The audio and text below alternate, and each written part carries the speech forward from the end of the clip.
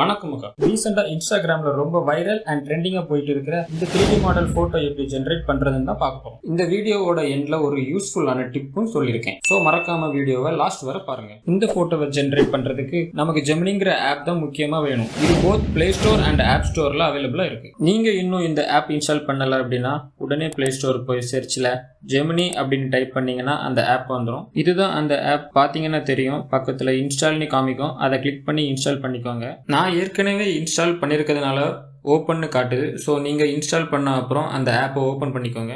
Login ஏதாவது கேட்டுச்சுன்னா உங்கள் mail ID வச்சு லாகின் பண்ணிக்கோங்க. எல்லாம் முடிஞ்ச அப்புறம் கீழே பார்த்தீங்கன்னா அந்த ப்ளஸ் சிம்பிள் பக்கத்தில் பனானா சிம்பிள் இருக்கும். அதை கிளிக் பண்ணிக்கோங்க. அந்த ஆப்ஷன் செலக்ட் ஆகிட்டுன்னா ப்ளூ கலரில் இண்டிகேட் காமிக்கும். இப்போ அந்த ப்ளஸ் ஆப்ஷனை கிளிக் பண்ணி உங்களுக்கு எந்த இமேஜ் வேணுமோ அதை செலக்ட் பண்ணி ஜெமினியில் இன்சர்ட் பண்ணிக்கோங்க.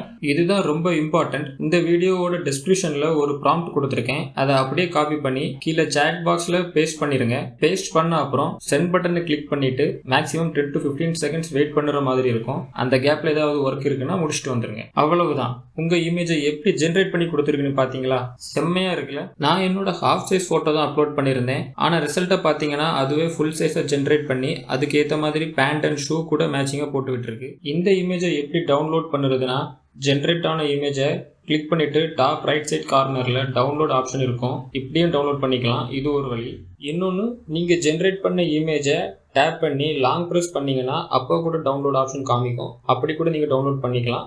இது இன்னொரு வழி. ஸோ இந்த ரெண்டு மெத்தட்லையும் நீங்கள் டவுன்லோட் பண்ணிக்கலாம். என்னோட இமேஜை பார்த்தீங்கன்னா கொஞ்சம் பிளர்ராக இருக்கும். இதுக்கு என்ன ரீசன் அப்படின்னா, என்னோட ஒரிஜினல் இமேஜுமே கொஞ்சம் பிளர்ராக தான் இருக்கும். ஸோ நீங்கள் எவ்வளவு ஹை குவாலிட்டியான இமேஜை அப்லோட் பண்ணுறீங்களோ அதுக்கு ஏற்ற மாதிரி தான் ஜெமினியும் உங்கள் இமேஜை ஜென்ரேட் பண்ணி கொடுக்கும். ஸோ இதுதான் ஃபர்ஸ்ட் டிப். உங்களோட கிரியேட்டிவிட்டியை கூட நீங்கள் யூஸ் பண்ணலாம். எப்படின்னா, இந்த ப்ராம்ப்டை உங்களுக்கு ஏற்ற மாதிரி கூட சேஞ்ச் பண்ணிக்கலாம்.